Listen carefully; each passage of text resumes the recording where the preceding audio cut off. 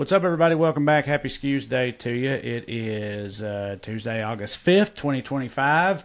We're coming to you pre-recorded from Monday, August 4th at about 2 o'clock p.m. on the left coast. That's where we are in the time-space continuum right now. This is Weekly Skews. I'm Trey. That's Mark. How's it going, Mark? Good, man. I had a good weekend. Hope you did too. Our president had an interesting weekend. He spent it feuding with Charlemagne the God and repositioning nuclear subs to threaten Russia with nuclear war, perhaps because he saw a fake tweet from Dmitry Medvedev saying that Russia also had copies of Epstein's sex tapes. Right. Wait, you said it was a fake clip? Fake tweet, yeah. Oh, I thought I saw, yeah. Wasn't there a clip of some Russian guy that said something like it would be a mistake for him to assume that only Mossad has those tapes? That was Medvedev, but I thought it was maybe it was I'm not saying it wasn't fake. Yeah. Of course, if it was fake, I just totally believe that it happened. So. I also don't speak Russian, so if they just put fake captions on it, it would have to be AI. Yeah. But Trump doesn't speak Russian either. But like, our nation's ruler is slandering Charlemagne while threatening invasion over insults to his sexual honor. This is such a Middle Ages ass problem we have right now. Got that right. Well, time to bust out the guillotines, I've been saying, but you know. The Middle Ages already kind of solved this problem with the sexual honor invasion thing. They just, like, the Habsburgs just had sex with each other, so it was no real problem, you know. Mm-hmm. So, well, I mean, I'm sure Trump would be on board with that based on some of the rumors out there. Yeah.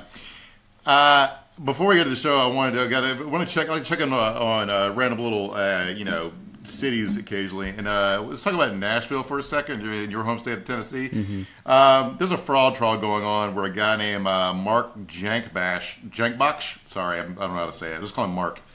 Mark is on trial for fraud related to some car dealerships he owned or used to own. He also owns a famous music venue called Plaza Mariachi. Last week's testimony featured a guy named Chad May, who showed up to testify wearing a linen shirt, baggy khaki chinos, and long white hair pulled back in a multi-bubble ponytail. All right, just to set the vibe for you. May had served as the head of IT at his car dealerships beginning in 2001, and then he's basically being called to testify about some emails he was asked to delete. Okay. So the defense got to go around to cross-examining Chad May and eventually asked him, "Are you terrified of Mr. Jankbash because you think he's a lizard person?" And then May responded, "I don't know if he's a lizard person. There's a difference between a belief and entertaining something as an idea." And then went on to explain what he called his extended imagination helps him perceive reptilian characteristics in people. Okay.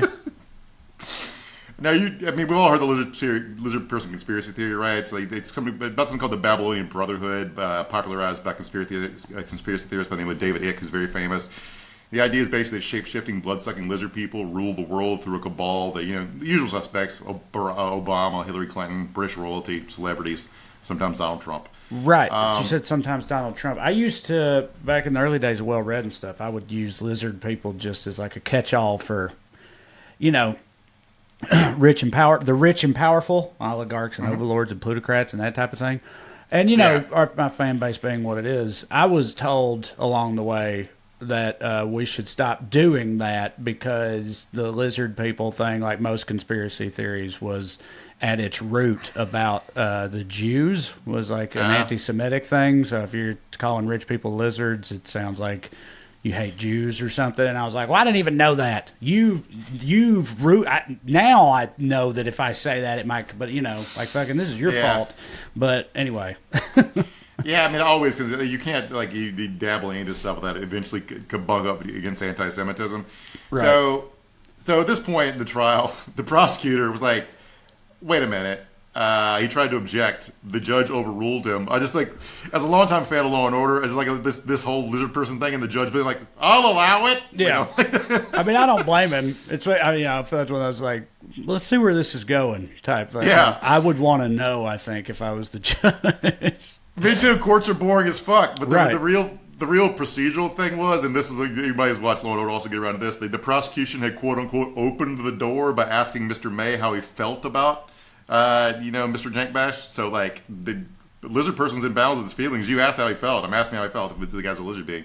So they introduced like blog posts by May where he had quotes such as, "I see London, I see France, I see reptiles in golfing pants," and he claimed that he has an uncanny ability to spot pedophiles. So, but the real takeaway here is like with how crazy everyone's gotten on the fucking internet, this is a real opportunity for every defense attorney.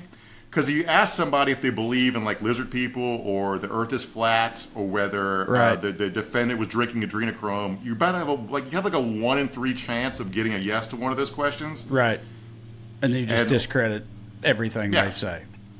Yeah. You would think, although then maybe then the judge is like, finally somebody who gets it. Like the judge is on their team too. You never know.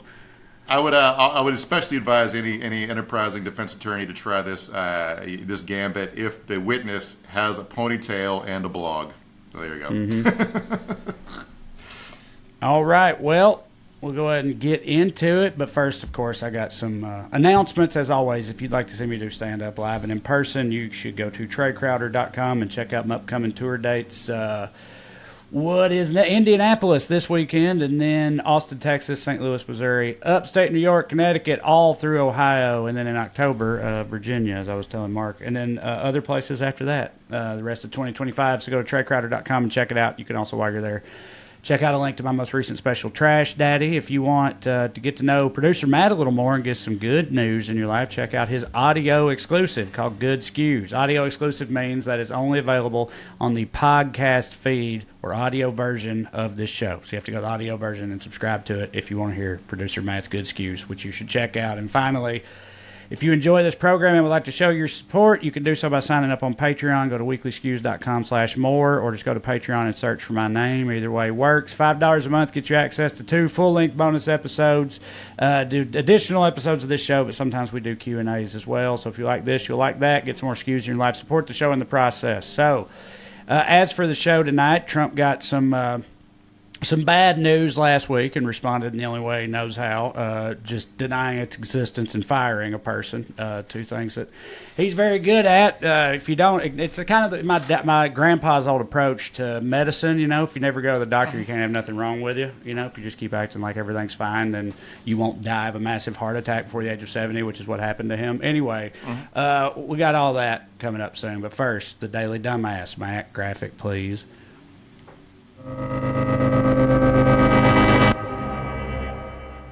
Tonight's DD, Christians who didn't read the fine print where Jesus warned you not to take his financial or legal advice. Caitlin and I are being charged in a civil charge from the Colorado Securities and Exchange Commission for basically selling millions of dollars worth of cryptocurrency that is deemed worthless by the state. Now, the reason that they're saying that it's worthless is because there is no exit for people who have bought. We launched an exchange. The exchange technology failed. Things went downhill, and from that point forward, we've just been waiting on the Lord, literally for a miracle. So, the charges are that Caitlin and I pocketed $1.3 million, and I just want to come out and say that those charges are true. So, there's $1.3 million that's been taken out of, I think it was a total of $3.4 million. But out of that 1.3, $500,000 went to the IRS, and a few $100,000 went to a home remodel that the Lord told us to do. Sure. All right. So, well, who could stay mad at that? So, what was he supposed to do? Deny the Lord's wishes to get that new kitchen island going and fucking fill out the back patio and stuff? Get a yurt out back?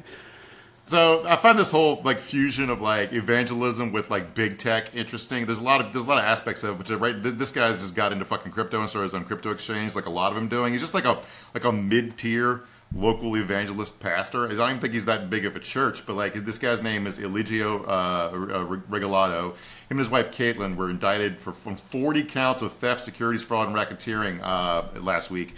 So they created and sold a cool God-inspired cryptocurrency. How the fuck did we get to the point where we're doing this? It's called Index Coin. It raised near $3.4 million, like he said, by marketing it to their Christian followers. But like he admitted, they just basically used it to buy their own shit. It's a Ponzi scheme, right? They just took money out of their fake crypto exchange and bought themselves shit with it, like our home remodel. Mm-hmm. And I guess he thinks he didn't know he could. He said he went to the crypto business because the Lord told him to in a dream. The Lord is a crypto bro on coke at a fucking college party or whatever. The Lord get corners you fucking at 2 a.m. and won't stop talking about crypto and fucking Quentin Tarantino movies and shit. It's funny to imagine that version of God. But, you know, the Lord told Oral Roberts to buy a kick-ass Buick, and he did. And, you know, that worked out great. The Lord told Kenneth Copeland to get a new private plane because Demons Fly commercial. Right. Yeah. Yeah. So he said that God told him to start his cryptocurrency business as a, quote, wealth transfer for his people. Now, he's not saying, basically what he's saying is he knew it was a scam the whole time, but he thought he'd be scamming people who weren't part of his congregation and accidentally scammed his own followers. Right. He was saying, I was trying to help good Christians scam heathens with this, is what I was trying to do. But it's like, how would the heathens even know to get involved with the, you know, if you're just marketing it straight to your Christian followers anyway. But I do think it's refreshing for these guys to admit that it's about who's left holding the bag, because that's pretty honest. But like doing it on behalf of God seems pretty fucking bleak to me. This all like. He said, Regalado said, and his wife said their cryptocurrency platform, quote, blends biblical kingdom principles of wealth creation with cutting-edge blockchain technology. What does that mean? Like nothing. Right, exactly. It's such like corporate babble, technical bullshit, gobbledygook speech that people do in the business world, the money world, and all that stuff. It's always just like buzzwords strung together. Makes you sound like you know stuff, but it don't. This kind of stuff is what turned me off from organized religion, but honestly it makes me feel more Jesus-y in my heart sometimes, because it's like there's no way to blend biblical principles with wealth creation. Right. It's kind of the whole fucking point of the book. Mm-hmm. Like there's whole Jesus Christ. He did admit he posted on Facebook that he felt like a fraud, but that the feeling stemmed from, quote, misunderstanding of how to receive God's grace. So Jesus didn't make a mistake when he told him to start a fucking cryptocurrency exchange and make a crypto coin. He just misunderstood his instructions and specifically how to do it, and that's his bad. And for that, he will not be giving you back your money. Right. But he will feel bad while he's singing his renovated kitchen. Yes. You can find it. I'm sure Jesus can see to it. You find it in your heart to forgive him as is the Lord's way. There's a whole debate going on in evangelical circles right now about what large language model chatbot to use best to talk to God and to make your prayers with.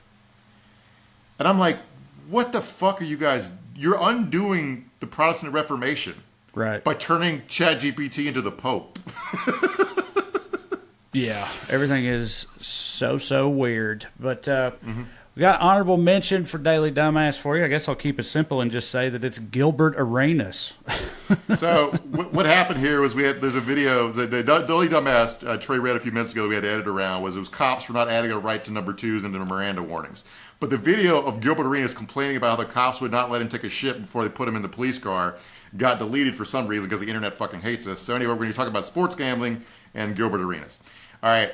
So Gilbert Arenas got arrested for running a poker game or owning a house where a high stakes poker game took place. Okay. But if you want to understand who Gilbert Arenas is, he's a former NBA player, really good player, 3-time All-NBA, All-NBA, 3-time All-Star, played for the Warriors, Wizards, Magic, I forget who else, I think the Grizzlies. For context, back in 2009, he got hit with some criminal charges and suspended for a long time because he pulled a gun on Javaris Crittenden, a teammate, over a $1,100 Blu-ray debt. Crittenden pulled a bigger gun back, and he was very lucky because Crittenden later ended up in prison for actually killing a guy. So that pulling a gun over that $1,100 Blu-ray debt cost Arenas $7.5 million in lost salary, if you want to understand how his financial brain works. And he also had like $200 million in career earnings.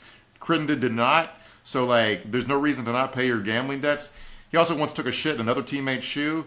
and he acted with a former Wizards teammate named Eton Thomas in a dramatic production of Our Town. So he's a real Renaissance man about town, okay, just to set the table what Grilled Arenas is like. Yeah, he was he was known for being a wild son of a bitch back when he played and everything. It's just he's been out of the league for a while now. But weirdly, I guess it isn't weird because there's stuff going on with him, but I just sent you guys a clip the other day of him, Kwame Brown, calling him a dumbass over and over. Like, so I hadn't thought about Gilbert Arenas in forever until that popped up on Reddit, and now he's all over the place.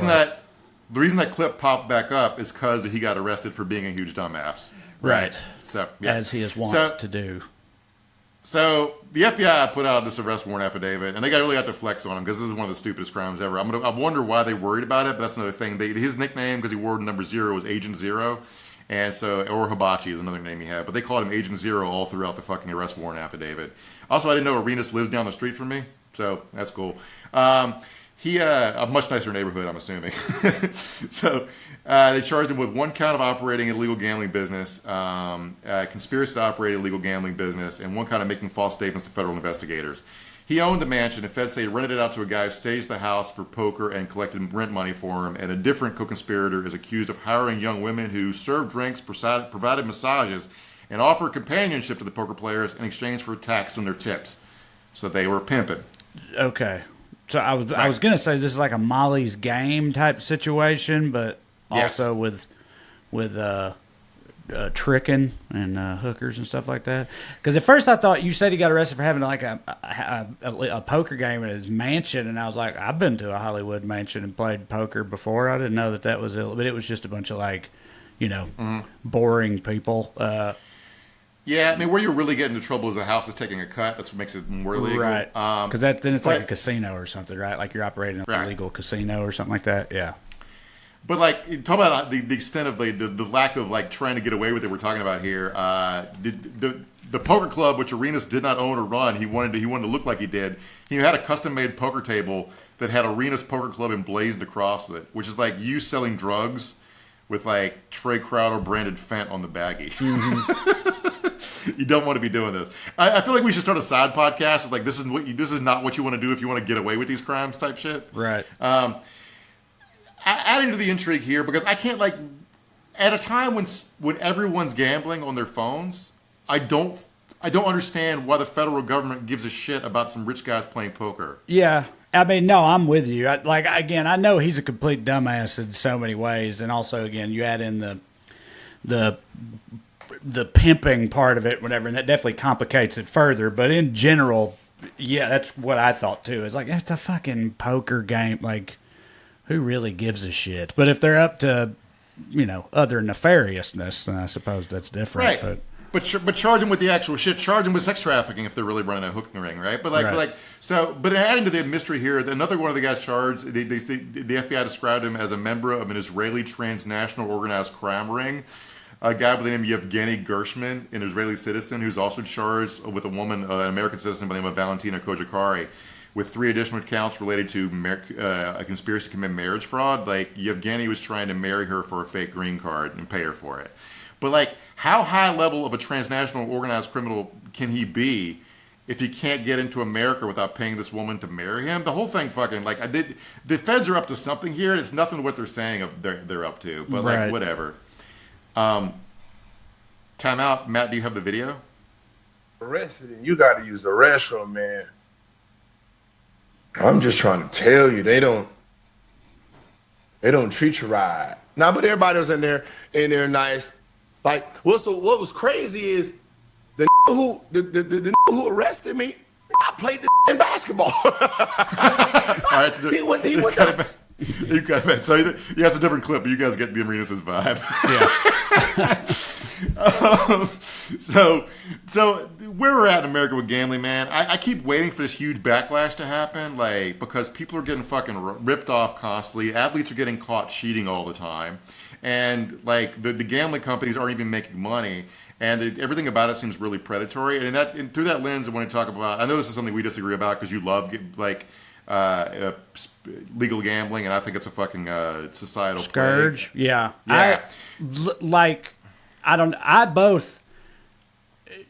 I definitely think it's bad. What I definitely think is bad is the leagues themselves being so like in bed money wise with big gambling operations and stuff. Like that's bad for fucking everybody and for a lot of reasons. Do I think generally that a grown adult should be able to gamble on a sports game if he or she chooses to in this country? Yes, I do think that they should be able to. But right, that's why I think there's a compromise position here, which is we're going to have to we have to settle that at some point where it's not just like whether or not it should be legal. It's specifically how it's fucking legal. Right. Like I can't think of a good reason for everything being a prop bet.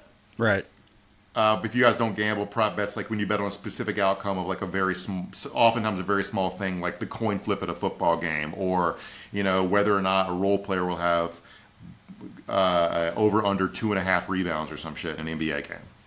That allows for a lot of fuckery potentially from players, and that's why I want to talk about two pitchers for the Cleveland Guardians, two relief pitchers by the name of Emmanuel Clase and Luis Ortiz, who have been disappeared by the fucking team. Like, they cleaned out their lockers. They're just gone. And the rumor is it's related to a gambling investigation over prop bets, although no one really knows what happened with Clase.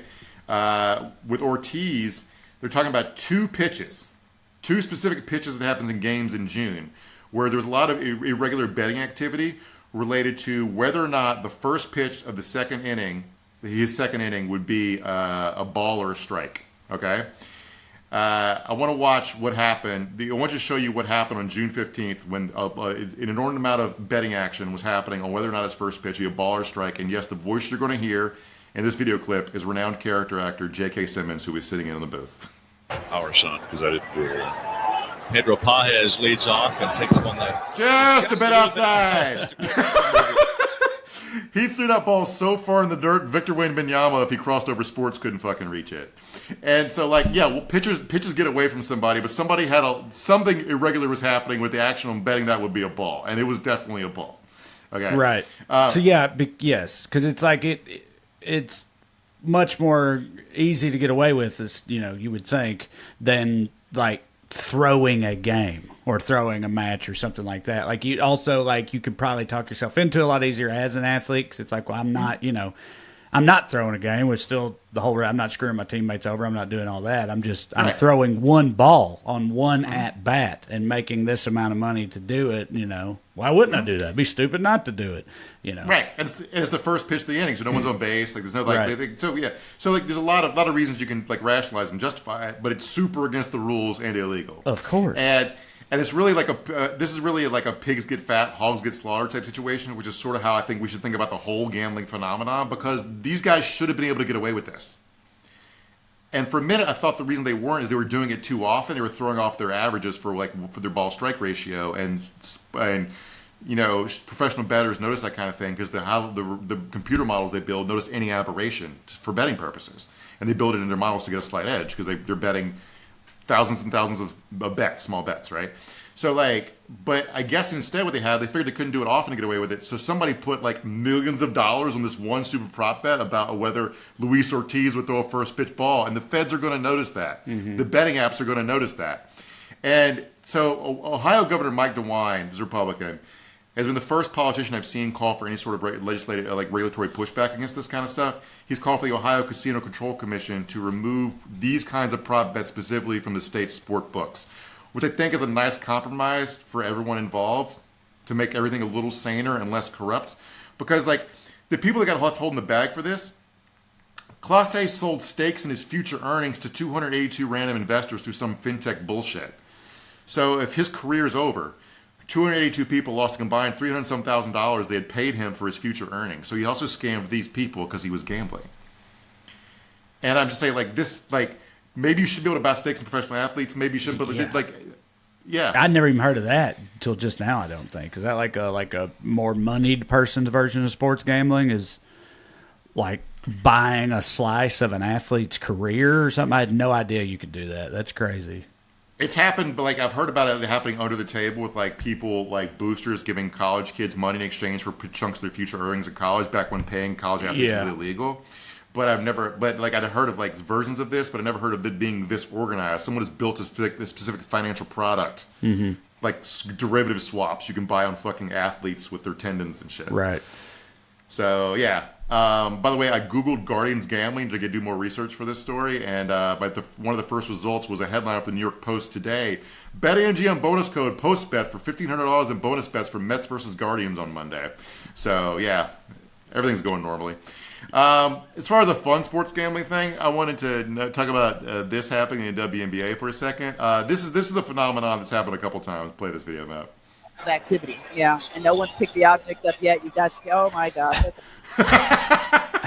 That is a neon green dildo on the floor of a WNBA court that someone has thrown out there. It's happened a handful of times. I think at least twice. It's become sort of a meme to go to WNBA games and throw a lime green dildo on the court. BetOnline has started offering prop bets where you can bet on what color the next dildo to be thrown on a WNBA court will be. It's like a total of 6 different prop bets that you can parlay. One asks the color of the sex toy with 6 different options. Should the device not be green as it's been so far. Another bet asks how the sex toy will be handled first by whoever takes it off the court, with hands or feet being the 2 options. So if you can sneak a dildo into a WNBA game and pick it up with your feet, you can make hella bank off of it. Yeah, I was about to say, that one, like with players, you have to have a player on board with the, with whatever it is that you're running, the scam that you're running. But with that, I don't see how you couldn't, like, just a person who lives in a WNBA city couldn't just make a bet and then buy a dildo and throw it from the crowd and hope for the best, which I guess is what anybody that's throwing a dildo from the crowd is doing. But yeah, because a ticket to the WNBA game is like $30 and a dildo is like $15, and it's the odds that BetOnline's giving is plus $1,400 if you bet 100 if it's a blue dildo. So just bring a blue dildo. But I guess you're running the risk that someone else is going to have the same plan at a different game and beat you to it, and then you end up being the second blue dildo, so you don't win. But the first dildo was still blue. It just wasn't you. Anybody. Right. Even if anybody beats it to it, your bet still pays off, and you don't get in any trouble. It's a win-win if somebody else does it first. Right. Yeah. That's what makes it so brilliant. Not if they have a pink dildo, though. If you get scooped by a pink dildo, and then you think your bet was on blue, and then you're left, holding the ball bag of the dildo. But blue is by far I think the next best odds are plus 300. So it's a sucker bet to do anything but blue unless you want to fuck over everybody else betting. Right. See what I'm saying? When does the next Sparks game, Mark? Sure, there's a sex shop on the way between here and there. Yeah. Fly Corey out, he'll smuggle it in his butt. That just also that Bills Mafia, Buffalo Bills fans, when Tom Brady played for the Patriots, they would traditionally throw dildos on the field whenever the Patriots came to Buffalo, I think, just because Tom Brady's a dildo or whatever. You get it. Yeah, yeah, I get it. Anyway, all right. Well, let's get into it, shall we? So we're really splitting the difference here. We talked about sports, cool guy shit in the first half. Now we're talking about math in the back half of the show, some real nerd shit, okay? So talking about labor statistics, and it won't be as dry as we're framing it, but basically Trump didn't like the numbers in the latest jobs report put out by the Bureau of Labor Statistics, so he fired the lady in charge of the agency, and a lady by the name of Erica Mentarfer. Sorry if I said that wrong. He's not supposed to, one of these people he's not supposed to be able to fire statutorily, but whatever, he just does this shit now. And here's Kevin Hassett, the director of Trump's National Economic Council, trying to explain this in a way that's pretty revealing, but also very, very fucking stupid. Numbers wrong. Do you have any hard evidence that you can present to the American public that these numbers, these revisions that were reported, and there were plenty of revisions under former President Biden, including right before the election, do you have any hard evidence that these numbers were wrong? Yeah, there is very hard evidence that we're looking at the biggest revision since 1968. Are you going to present if you that look evidence? at the number itself, it is the evidence. But you're saying it's an outlier, it's not evidence, Mr. Hassett. It's a historically important outlier. It's something that's unprecedented. Still so unprecedented it's still that not I've been looking at evidence, it for though. 40 years, and I'm like, it must be a typo. The numbers are so bad, they must be fake. Right. Yeah, that's pretty disconcerting. But that's right. the rationale. If the altimeter says you're about to fly to the side of a mountain, it must be wrong because I am a good pilot. Therefore, there's no choice but for me to smash the altimeter. Mm-hmm. Or to put a gun to someone's head and make them tell me it says I'm higher than I am. Right? So as far as Trump's theory of what's happening here, that like they're putting out intentionally bad numbers just to make him look bad, it's not even really possible with the agency structured. The commissioner, who's the bureau's sole political employee, even though McIntyre had been a career, she got politically appointed as a promotion, but she's been with the agency a long time under both parties. She's the sole political appointee. She's not control the numbers the agency publishes, or even see them until they've been finalized by a staff of career technocrats. In order to collude or fudge the data, literally hundreds of people would have to be in on the conspiracy, but none of this is ever leaked. There's no way the head of BLS could have manipulated this number. The numbers are in line with what we're seeing from all kinds of private sector sources. The Bureau of Labor Statistics actually came in with better numbers than private agencies that collect similar data. So are those private agencies, are they like sounding alarm bells over it then? Do they agree that with what that guy just said as far as the like, this is historically bad thing? Or they do think it's historically bad, but their numbers are even more or worse. I know that. Well, that's what I'm asking, because I didn't know. Yeah. I didn't know if that guy was just, if that was just all bullshit. Where it's like, the way I know it.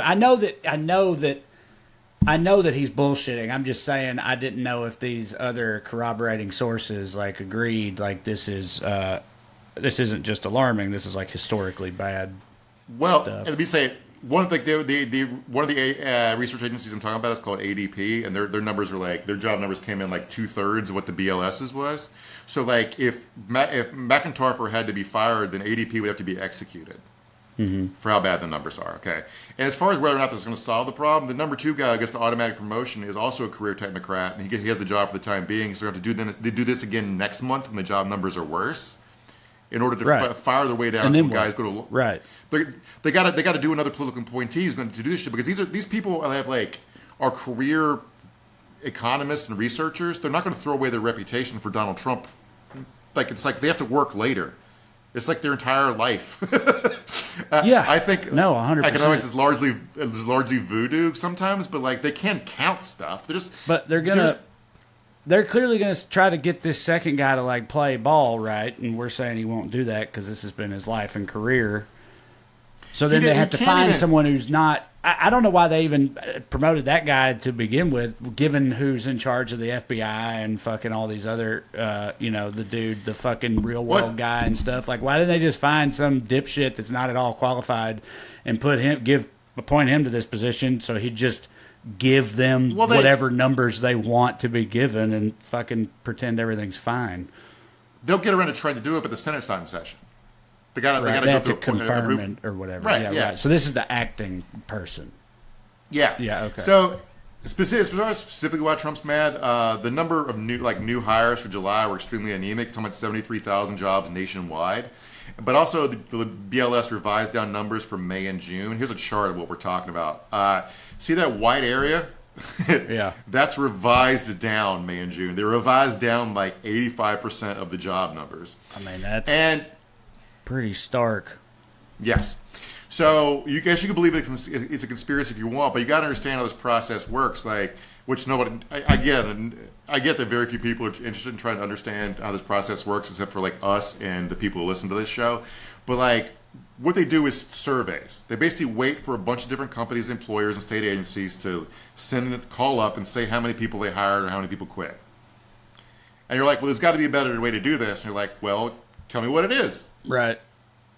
So you can have a militantly armed agency go around into employers, put guns to people's heads and make them tell them the numbers sooner. But these are voluntary reports as currently constituted. So then the people are busy, and sometimes they hand in their reports late. So you get your first round of reports, you do an estimate, and then when you actually get the actual data, you go, actually there weren't as many jobs as we thought because we didn't get this industry is doing worse than the others, and they reported late. So and the Bureau of Labor Statistics has been very transparent because they got hit with a bunch of DOGE cuts and a federal hiring freeze and funding cuts and a corresponding drop in survey response rates. Like the former commissioner of BLS did an entire episode of a podcast called Odd Lots about this. So he's talking about how they're going to really struggle to get accurate numbers. So they come back and actually our numbers weren't accurate because we had difficulty with this and it's worse than we thought. And they're like, well, you're fired. It's like, well, fuck, I told you we couldn't count on with this bill of resources you give us, so I don't know what to do. There's also the part where this happened routinely under Biden too, where he'd get a stronger jobs report and then it'd get revised down later. Exact same thing. And when Biden was president, Trump would say that was a conspiracy to help Biden. Right. By like he saying it was fluffed up to begin with to look good, and then later quietly revised down to reflect the reality of what happened, and when people wouldn't notice. That's how it works when it's Joe Biden in office. But when it happens to him, then it's a conspiracy in the exact opposite direction.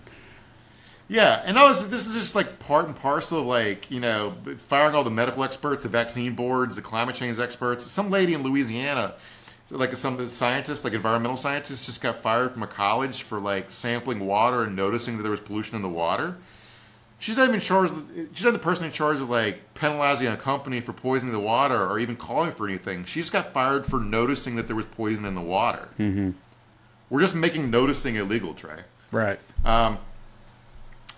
And I just want to say, like, if you thought the Great Recession was bad, imagine a Great Recession, but this time the government promises you that it's not actually happening. It'll be interesting to see, because I mean, I thought of that too, just because a lot of people that are Trump people and voters and stuff, they thought that was their opinion on what was happening during the Biden administration. Do you know what I mean? That's how they acted and thought about the economy under Biden. Is like, fucking, you're bullshitting us and expect us not to know it when eggs and gas are this much. It's like, fuck, we know what's happening. We can see it.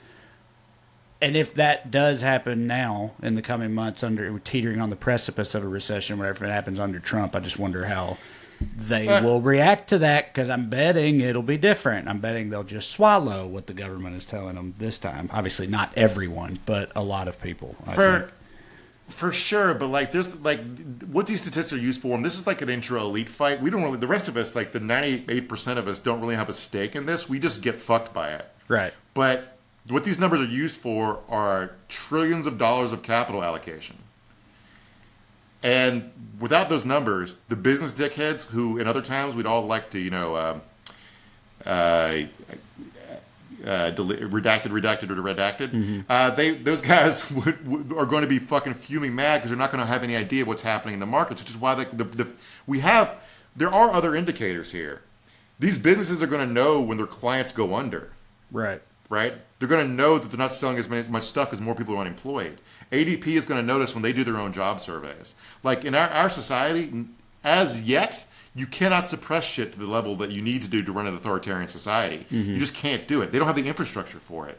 Like Fox News is not enough to make people think they're fucking jobless, you know? Right. So like, but this elite, like Masters of the Universe type business dickheads, I keep waiting for them to start flipping tables because like the tariffs are part of this. All this stuff is like part and parcel of all this shit.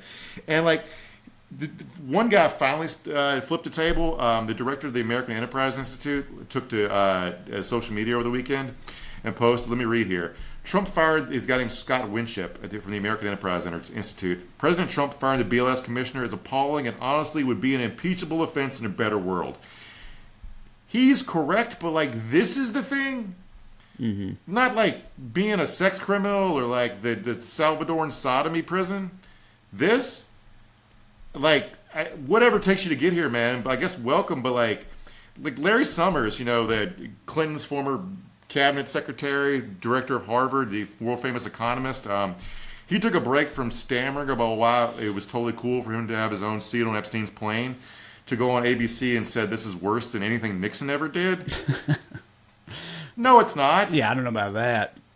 He's just fucking with your livelihood. Right. Like, it's not worse than bombing Cambodia. Right. To these people, that's always been the thing. You don't fuck with the money. Because I mean, you were saying it's like if you're waiting on the flip tables. That's come up. I don't even know how many times since even the first go around with Trump, but since he got reelected and stuff, and they just keep posing the question. It's like all these big money people that we're always saying actually run shit in American politics. Like, they cannot be okay with all this, right? Because it just doesn't.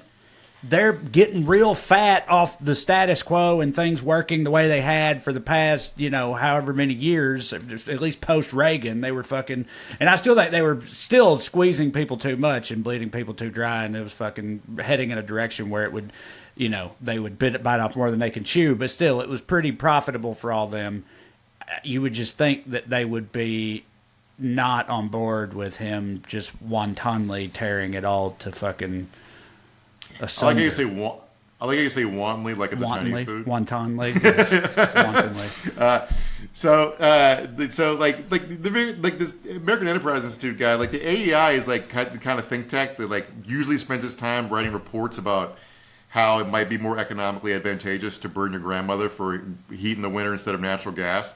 And like they're like, this is too much. It's like, okay, well maybe like I keep waiting for somebody who fucking matters to like to care about this shit. Right. Which is like the part of the reason, even though the Senate's in recess, Trump can't do a recess appointment. Is who's the Republican majority leader of the Senate? It's John Thune now, right? I feel like. Yeah, I think that's right. They're gaveling. Even though they're out of session, they're technically speaking in session. Somebody's flying back to D.C. to like gavel in and out every 3 days, so Trump can't do a recess appointment, specifically so he can't appoint some moron like paper eater to be in charge of places like the BLS. So that's their form of resistance. Mm-hmm. They're still going to appoint somebody really, really bad, but like they want to have some say in it. The thing about trying to cover up this crime is the evidence is already out there. It's like it'd be like if Arenas tried to say he had no idea what this operation was going on in a house he owned with Arenas Poker Club ingrained on the table, right? So let's talk about some economic data we have right now. So throwing out the pandemic, which is an outlier for a lot of it, with the economy for a lot of reasons. The current unemployment rate for college graduates over 25 is rising fast and is higher now than any year since 2014. Job growth in the past 3 months, the lowest since 2010. Spending on services, especially travel and tourism, has declined for 3 straight months for the first time since 2008. Consumer spending is flatlined, construction and manufacturing are contracting, and employment is set to fall. And because inflation is on the rise, the Fed can't cut interest rates to combat all this shit. Like, seeing an economic collapse with like basically full unemployment is so fucking funny. It's the 4-minute mile of economic mismanagement. And it's purely like tariffs and throwing out all the work. Like the reason unemployment rate's low is because like right now there's a bunch of like white people with college degrees trying to figure out how to be roofers because Trump deported all the fucking roofers. Yeah. It's like this is no way to run anything, dude. Yeah, I mean, I know this means actually nothing and is purely anecdotal, but I travel all the time as a comedian, and I used to say, while Biden was still president, I mean, I'd hear the bitching all the time about the economy and stuff. I used to say to my friends and shit like that, and probably said it on here, is like, look, I know that the price of eggs is high and all that, and the fucking housing crisis and all that shit is real, and I'm not trying to act like it isn't, but I know the economy can't be doing too bad because I've been traveling regularly for work since 2016, and the last couple of years of the Biden administration was just insane in terms of every airport and every city I ever went to was fucking packed to the gills with people going somewhere and doing something. It drove me crazy because it was like fucking Disneyland crowds at any airport you ever went to. And I was like, that has to be indicative of something. There's more people traveling than usual. And now recently I have been noticing that it's less so. Like I'm anecdotally seeing the number like go back down, and I've been, even though it used to annoy me, all those people in there, I'm now being alarmed by that. Like I find that a little ominous, because again, I don't know how much it actually means, but I know it's got to mean something, and just kind of feel a storm coming. Yeah, I mean, like right now, a few like economic researchers are saying that basically, like we're already in a full blown recession, except for a few basic industries. Like the overall, like I was reading a piece earlier today, the overall economy, the numbers look fine. That's basically because of 2 industries. Capital expenditures for AI, artificial intelligence, contributed more to growth in the U.S. economy in the past 2 quarters than all of consumer spending. Well, that's even worse because that's not real. Like that, like that's a .com bubble situation waiting to fucking happen. And the other thing, they basically like the sanest like in between takes about AI like is that like this is something akin to the .com bubble, but just like the .com bubble, it'll burst. And the computing power will have uses. It just won't be with what they're planning to do for AI. So it's not like it'll all be a total waste, but it's a depressing thing that like a bunch of people are investing a bunch of money in trying to impoverish and make the rest of us and make us unemployed, right? Mm-hmm. So the other sector that's doing well right now is healthcare spending. So if the bubble pops in AI and at the same time the government cuts a bunch of healthcare spending, they just put themselves on track to do. I'm not sure what's going to happen because we won't even know what's happening in the economy because they'll just say that everyone's working when they're not. So I'm not fucking know what to do. Do you know what the stripper index is, Trey? Talking about other economic indicators that we'll have access to that aren't the BLS statistics. No, I mean, I know about like sin stocks and things like that. And then there's the Waffle House Emergency Index. I know that one, but I don't think I know the stripper index. So basically, like the first thing that drops off in a recession is discretionary spending. And there's kind of nothing more discretionary than tipping a stripper for a lap dance. Right. Because you don't need a lap dance at all. You don't need to tip anyone to be at a strip club and have a beer and look at a dancer from across the room. It's uncouth. You're supposed to tip if you whatever. You know what I'm talking about. So, but I went and checked. One of the biggest publicly held strip club companies is RCI Holdings. RCI used to stand for Rick's Cabaret International. Their stock's down 39% year to date. I surfed across this TikTok from a dancer, if you got this video, Matt, just talk about recession indicators. They really do have their finger on the pulse.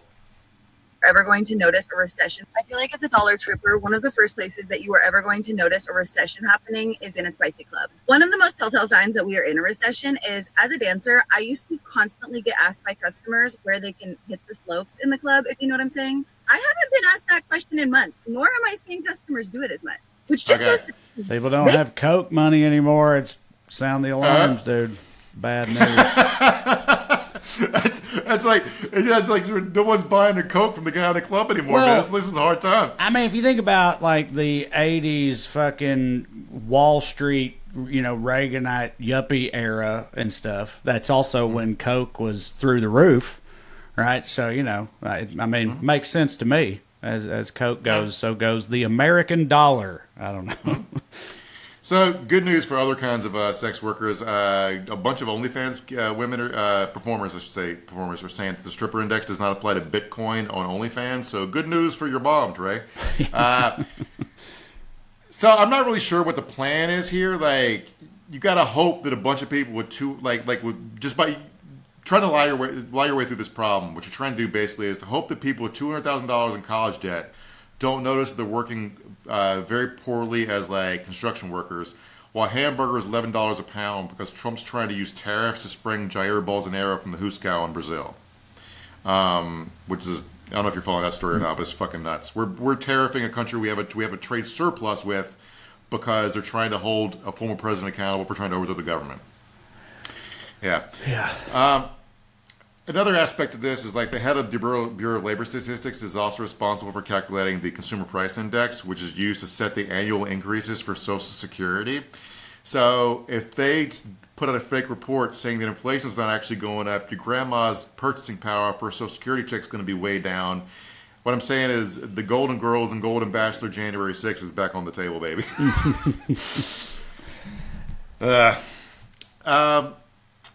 What's the biggest problem you ever tried to lie your way out of? I've got a few of them. It never worked. Yeah. I don't know. I mean, I'm a terrible liar anyway, so I've never. I don't think I've ever lied my way out of anything of note. No, the best I've ever gotten away with is I'm late to work because my tire was flat. That's about it. Mm-hmm. This is the kind of move that's been tried before in other countries, and I'm sure it's been tried in ours in various ways. It's maybe not this many times at once. Like countries like Argentina, Greece, Soviet Union, and it usually doesn't end well. Like a guy named Olympy Kvitkin was a Soviet census official, was arrested and executed when his population count came in lower than Stalin had announced. So I'm not sure, like population count went down by one more, Joseph. I'm not sure what the hell you did there. Right. Yeah, you said this is a move that's been tried before but which move? The like Trump and Stalin or the lying in official statistics. Right. Yes. Government statistics are used for stuff like you. No, I like know, when you lie, but we're not right. They're accused, but right now we're not saying that anyone lied. Right? They're saying Stalin executed the guy for being honest. Right, which is what just happened to this lady, except she's not dead. Right, she got fired. So the falling out of windows comes later. But you saw that even just the economic officials getting fired for being honest. A guy named Andreas Gorgau, I did Greek name, sorry, Andreas, was criminally prosecuted back in like 2009, 2010 for reporting accurate deficit figures when he was the head of Greece's statistical agency. Let me quote here from Andreas: "If a society cannot see itself clearly, then it cannot identify its problems.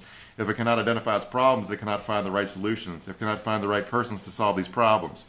So, but Andreas, what you're missing here is, what if we built the whole society around the society not seeing itself clearly? Mm-hmm. Precisely so, specifically so we could not identify our problems. What if we just didn't want to know our problems? What if you just convinced a huge chunk of the society to also pretend that there are no problems? Or, well, not those problems anyway. There's plenty of other non-existent problems. Trans people and immigrants and fucking shit like that. You know, I had a relative who like had blood in his stool and just ignored it, and then he's dead now and died. Right. So you can ignore problems. It's nice for a while. Right. But we're learning all these old lessons about like couple weeks, like when we bombed Iran. It's like, okay, we're speed running the second invasion of Iraq in 2003, and like we're learning all these economic lessons from 1920s and 30s and 1890s. But like, I want to go back to an older lesson here from my homie Plutarch. Love Plutarch. Plutarch rules, baby. Mm-hmm. He's no Pliny the Elder, or is it Cato the Elder? Oh, those are both guys. I'm a bit more of a Cato the younger guy myself, but anyway, I don't know. I'm sure that guy's a monstrous pederast. I don't know. I'm just saying names that I know. They all were. Anyway, what did Plutarch say? Yeah. Plutarch is like, he wrote a series of books. I forget, it's called Lifetimes, I think, about various like powerful people. This passage he's talking about Tigranes, who's an Armenian king, and Lucullus, who's a Roman general. He said, quote, "Since the first messenger who told Tigranes that Lucullus was coming had his head cut off for his pains, no one else would tell him anything, and so he sat in ignorance while the fires of war were blazing around him, giving ear to only those who flattered him." So Tigranes is dead now. Not that you need me to tell you that. Right. But like, well, it's like I always say, always shoot the messenger. It's ancient wisdom there. Yeah. And there's this old Soviet joke I was reminded of. Soviets had great. We're going to get some great jokes out of this guy. Yes, pain brings humor. Everyone knows that. Long understood precept of the pursuit of comedy in general. Yeah, so the conceit for this joke is two guys are talking at an airport, and the first says, "Why was the flight delayed for an hour?" The second says, "The pilot saw a problem with one of the engines, but it's okay now." "Wow, you replaced an engine in an hour?" "No, we replaced the pilot." Mm-hmm. Good joke. Yep. It's funny, like, to be an American, to be raised in all this American exceptionalism bullshit and like the evils of the Soviet Union. It was evil. I'm not about to do some tanky fucking defense of the Soviet Union right here. I'm just saying, like, we're taught that like the main problem with the Soviet Union was socialism, and like it wasn't. It was authoritarianism and corruption. Yeah. Right. Like well, right it seems now, to me like the common theme there is fucking people and men and stuff like that. So it's like the problem with any of the systems ends up being corruption and authoritarianism and all that, which you'll get out of any of them if you don't, properly police it, because that's just what people do. Absolute power corrupts absolutely, and all that stuff. It's all pretty true. So yeah.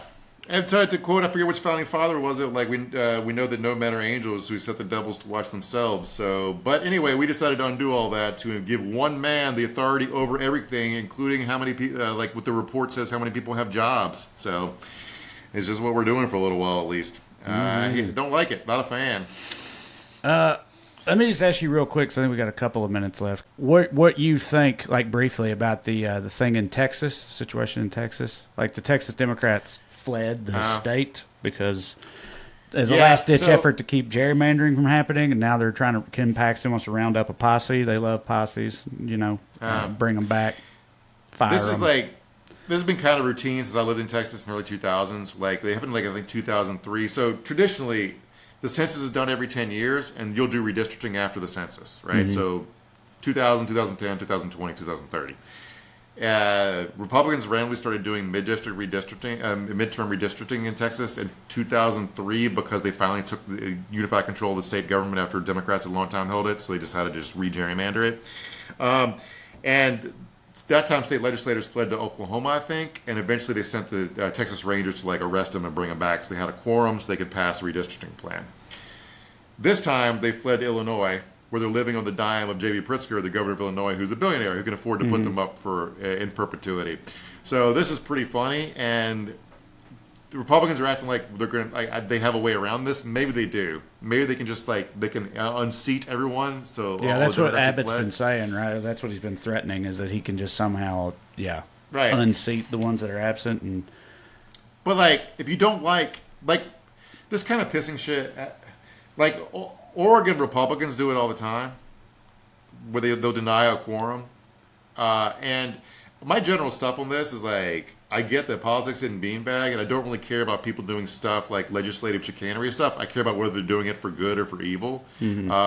I think trying to stop a state that's 50, I think people's votes should matter. Right. So I think when a state is 54% Republican or whatever, it should be something approaching that in the congressional representation. It's not gonna be exactly that, obviously, but it shouldn't be gerrymandered where it's gonna be 25-3 or some shit, which is what they're trying to do. And they're gonna get to this Democrats can try to retaliate with. I mean, they drew their maps unfairly for Republicans in New York for reasons that we don't even need to get into, because the New York State Democratic Party is fucking useless, feckless, and incompetent and corrupt. California Democrats could very easily gerrymander a full Democratic map, which I don't think is, again, in a perfect universe, I don't want my fellow Americans who are conservative not have congressional representation. Right, but it's no, I agree too. Gerrymandering as a concept, I'm against, but as far as fighting fire with fire, or the idea that if California made it known that they were serious about doing it, that then it'd be like how California passed gun control laws when black people started buying guns in the 70s or whatever, that there'd be a response like that to it. Maybe if it came to that and California was actually going to do it, that would make them fucking chill, or or it would actually become illegal or something for everyone. I mean, I don't know, but it's like you said. They open up a bag of worms they can't really contain, because the only way to make it a more gerrymandered map is to weaken the incumbents. So in a wave election, it might not work out the way they want. Although the computer models are so good now, they might be able to figure it out. But I saw some Democratic representatives being we don't want to be hypocrites about this. It's not hypocritical to be I am against gerrymandering. I will support a bill to end gerrymandering nationwide by using a nonpartisan computer modeling system to have contiguous, compact districts that are representative of the people with sort of similar populations. But until that point, right, I'm going to try to gerrymander to get enough people who agree with me so we can pass that bill and have fair elections. Gerrymandering. Yeah, right. Exactly. Yes. Yeah. No, that would hit, so we'll have none of that. All right. Thank you guys for watching. Appreciate it. Reminder, go to TreyCrowder.com. Check out my upcoming tour dates. Come and see me in Indianapolis this weekend, and then Austin and St. Louis and a bunch of others after that. Also, check out Trash Daddy while you're there. Listen to producer Matt's new audio exclusive called Good Skews if you want some uplift in your life and to hear from the man of mystery himself. And consider supporting the show on Patreon. Go to weeklyskews.com/more. Just go to Patreon and search for my name. $5 a month. Get you access to 2 full-length bonus episodes. But either way, keep watching this one on Skews Days. We'll keep doing them. So we'll see you next time. Love you. Bye. Skews.